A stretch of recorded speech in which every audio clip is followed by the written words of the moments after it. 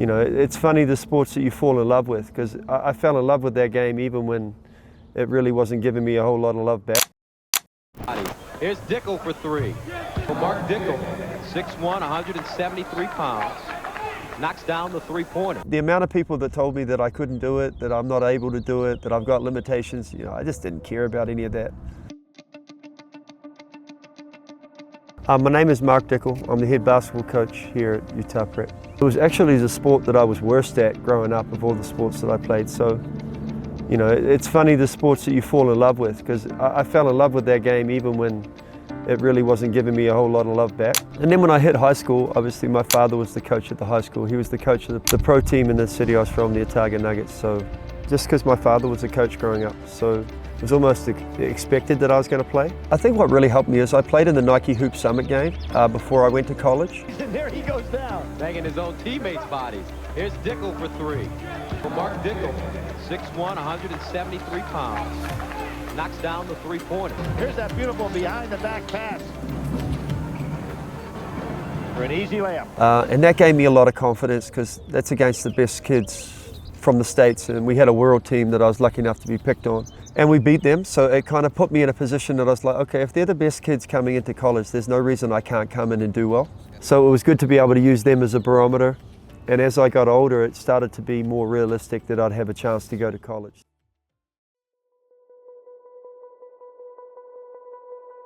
'17 is when I started getting offers to go. And pretty much at that point, that was my dream, that was what I wanted to do. And UNLV was always my dream school to go to. You know, and my father was just encouraging me to go to wherever I really wanted to go to. And so I just followed through and picked that. The amount of people that told me that I couldn't do it, that I'm not able to do it, that I've got limitations, you know, I just didn't care about any of that. You know, my father never told me that. You know, he kind of told me that I can be the first one to go to the States as a guard and do really well. So I was just listening to that. Most of the other people I figured out, they just didn't want me to accomplish any of that anyhow, so why am I listening to what they're saying? Dickel, one way, then the other. Now he'll try it. He likes that corner spot. Bouncer, Epps, back to Dickel.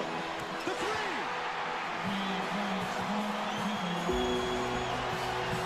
What more do you want out of your point guard? The outlet pass to Dickel, and he advances it off of the dribble and then finishes it off of the pass. And that's exactly what you've got to do. Stewart is a runner in transition. You know, but just living here, huge adjustment, you know, just the amount of attention that the games get, you know, the stadium was full at UNLV at that particular time, so, you know, just a lot of pressure for the first time. I'd never really felt pressure. And then how do you handle that? How do you deal with that? First off, I wasn't as good as I thought I was.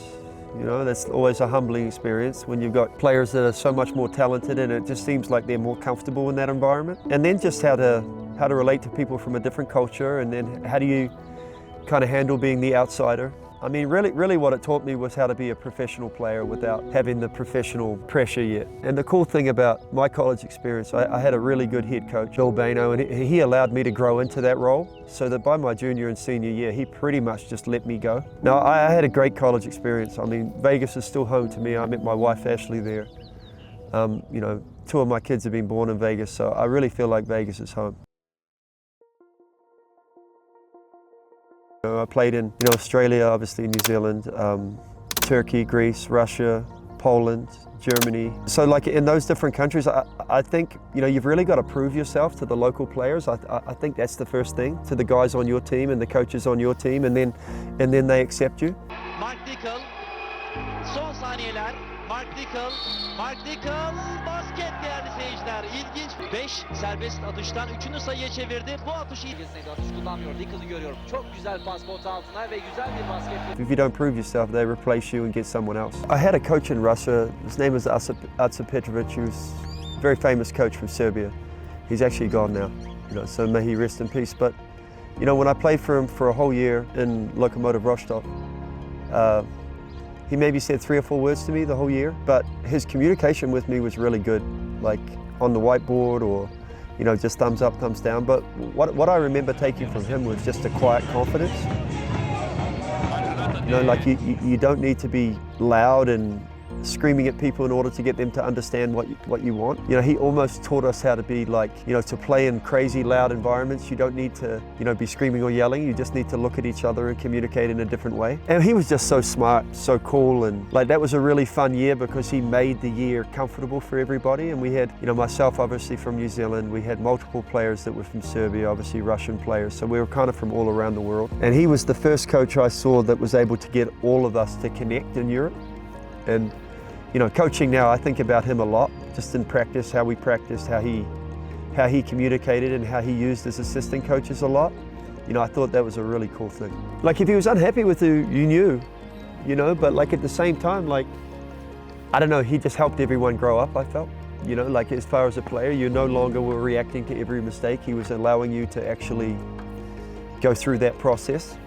You know, and for me, you know, I always knew I wanted to coach, so I was trying to steal everything that I could from all the coaches, and I played for some great coaches. You know, my father was a great coach, Tab Baldwin, our national team coach from a long time.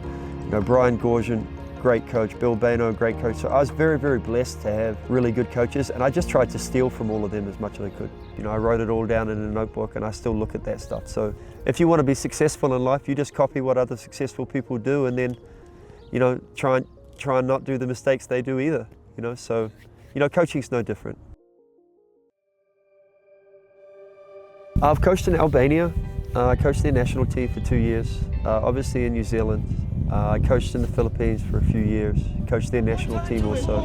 We're getting great shots. Get down here on defense. Stay with it. Yeah, just different cultures, different people. You know, like how you have to relate to people differently. You know, like I really enjoyed this age group because I just don't feel like they've had the world beat them down yet. You know, they don't have wives and families. Not that that's a bad thing. It just tends to distract them as they get older. You know, this age group is perfect for me because I really feel like I can have a positive impact and help them get ready to do something. You know, whether that's playing professionally, going to college, overseas, whatever. Because it really is the most developmentally important age. You know, if you love basketball, this is a great place for you. You know, our academics is really of a high level. So that's a, you know, 3 or 4 hour block of your day, but other than that, it should be committed to, you know, how you can get better each day. And, you know, what Ty Cecil's helped build here is really going to be a unique thing because there's really nothing for this from kids for all around the world. You know, like a lot of the prep school space is just based off American kids, and rightfully so because, I mean, this prep school thing's been a monster over here for years, but we're kind of going a different direction. So that for kids that are from overseas, they really see that this would be a good pathway for them. I thought. Now he'll try it. He likes that corner spot. Rebounds and an assist. Dickel driving, hanging, scoring. Bouncer, Epps, back to Dickel. The three!